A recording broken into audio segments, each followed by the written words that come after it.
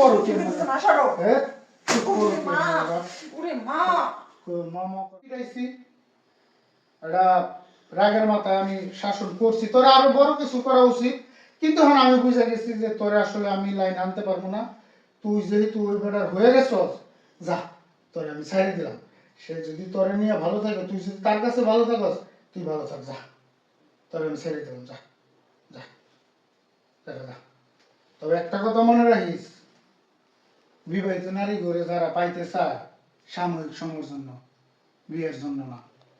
মনে কর যে যত যায় কিছু হোক যে যত যায় কিছু হোক যে কালা গলার মালা কালা মুক্ত মুখ বিয়ের সময় সুন্দরতাই খুঁজে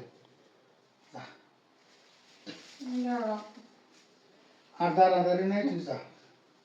আমার ধরিস না তুই কেন যাবি না তোরে তোরে ভালোবাসে আমার থেকে বেশি ভালোবাসে সে আমারে ভালোবাসলে কি এরকম করতো গো হ্যাঁ তুমি আমি একটু কথা কইছি এই সহ্য করতে পারো না কি করো আর ও এই সমস্ত সব জানে দেখে বোঝে তারপরে ও সবকিছু আমার তাইলে বোঝ ও আমার মিষ্টি মিষ্টি কথা ফান্দে ফেলাইছে আসলে যারা পরকীয়ায় আসক্ত করে এরা অনেক মিষ্টি কথা দুষ্টু লোকের মিষ্টি কথা আছে না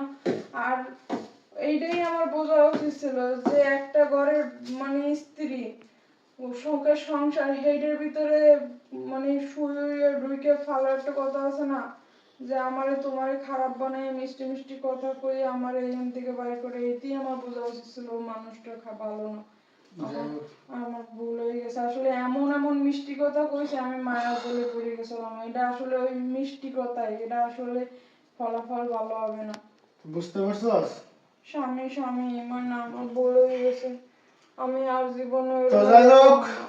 বন্ধুরা এই ভিডিওটা শুধুমাত্র আপনাদের বিনোদন দেওয়ার জন্য এবং কি কিছু কিছু মানুষকে বোঝানোর ক্ষেত্রে বানানো হয়েছে তো ভিডিওটা কেউ সিরিয়াসলি নেন না আসলে ভিডিওটাতে আমরা যেটা বোঝানোর চেষ্টা করছি যে পরকীয়া মানুষে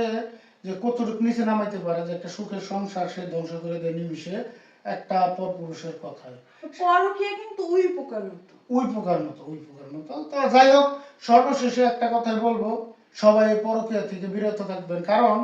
যে যারা ভালোবাসে ভালোবাসার জন্য মানুষ অনেক কিছু করতে পারে আর জিদ দিয়ে তো আরো অনেক কিছু যেমন আমি জিদ দিয়ে ঝাড়ু নিয়ে আমার বউরে আমি পিটাইতেছিলাম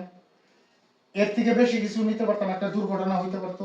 তো এই দুর্ঘটনা থেকে নিজে বাঁচতে এবং কি অন্যকে বাঁচাতে এই পরকীয়া থেকে বিরত থাকবেন সংসারে সুখী হতে চাইলে পরকীয়া থেকে বিরত থাকবেন আর আপা এবং ভাবি তাদের উদ্দেশ্যে বলতেছি পরকীয়া যারা মানে পরকীয়ার ফাঁদে যারা ফালানোর চেষ্টা করে তারা কিন্তু অনেক মিষ্টি মিষ্টি কথা বলে হ্যাঁ তারা আপনার জন্য সবকিছু করে ফেলাইতে পারে দুষ্টু লোকের মিষ্টি কথা এই মিষ্টি কথার ফাঁদে পড়া স্বামীকে ঠকাবেন না আর ভিডিওটা বেশি বেশি শেয়ার করে এই সমস্ত সবার কাছে ছড়িয়ে দেন যেন এই ভুল কেউ না করে স্বামী স্বামী স্বামী ঊর্ধ্বে স্বামীর মতো কেউ হতে পারে না আল্লাহ হাফেজ